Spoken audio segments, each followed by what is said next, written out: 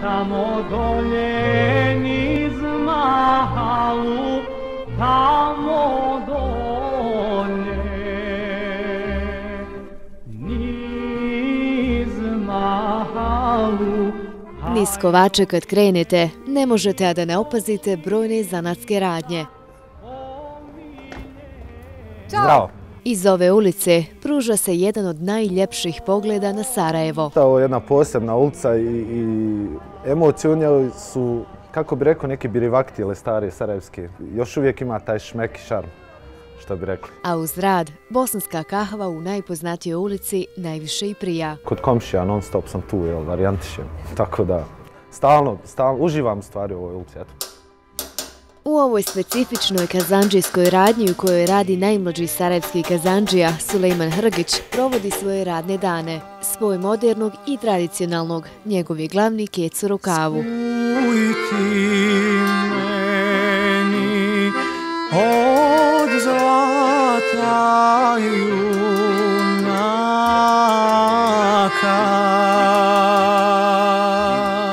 Kažeš kazandžija, ljudi odmah pomisle na džezvu, na ibrik. To nije istina, jer svaki majstor ovog zanata može napraviti što hoće.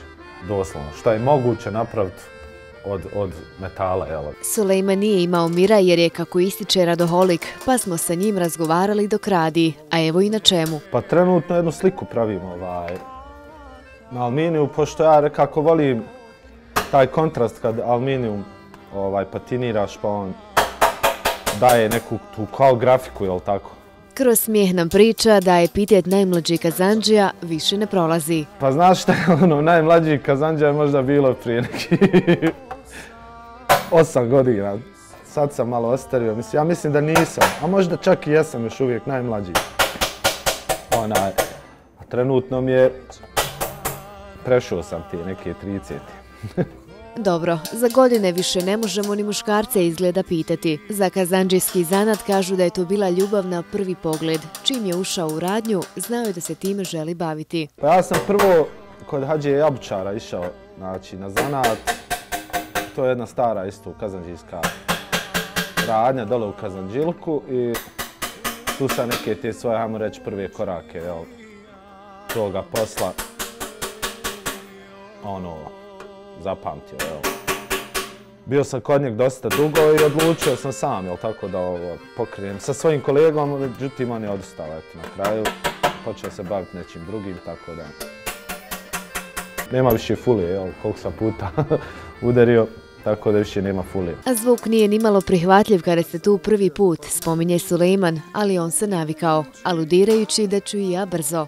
Pa u početku nije da mi je smetalo, nego je bilo čudno. I onda nastaviš jednostavno, možda drugima smeta, ali tebi ne smeta kad radiš. Apsolutno nemaš, bravo što ti kažeš, oguglao sam, totalno. Nemam predstavu da to toliko se čuje. Vidi, bude nekih ovdje sjedne mušterija, kafe piju, pa im zagleda šta ono radi, šta lupa nauko, šta se dešava. Tako da komšijama ne smeta, oni su već navikli isto kao i ja, oguglali.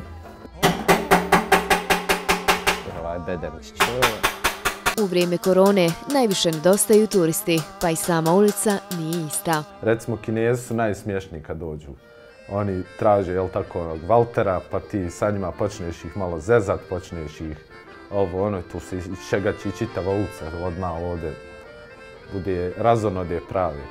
Ali eto sad nemamo nikoga ni zezat, radi ove pandemije ružnije što se zadesila svima nas. A sa druge strane, njima je čudno vidjeti njega. Pa znaš šta, čudno im je kad vide prije svega ovakvog čovjeka u ovoj radnji.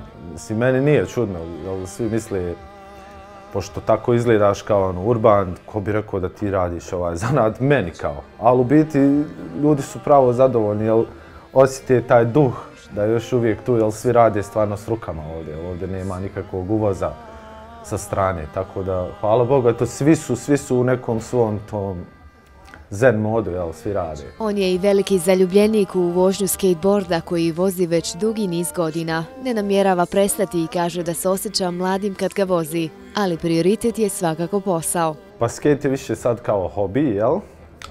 Ja volim skate, stvarno to stoji, ali ovo je posao, tako da treba više čovjek da se brine o budućnosti, jel, o nekom tom stvaranju života, jel. Skejt je moj hobi trenutno. Kazandžijski zanat, kao i mnogi drugi u Sarajevu, skoro je izumro. Nema više novih učenika, nema interesovanja kod mladih ljudi za ovu vrstu posla. Masovna proizvodnja je uništila ručni rad i vrijednost ručnog rada kao takvu. Ipak, kako nam Sulejman spominje, dok je ljudi poput njega koji njeguju tradiciju, ovaj zanat nikad neće propasti.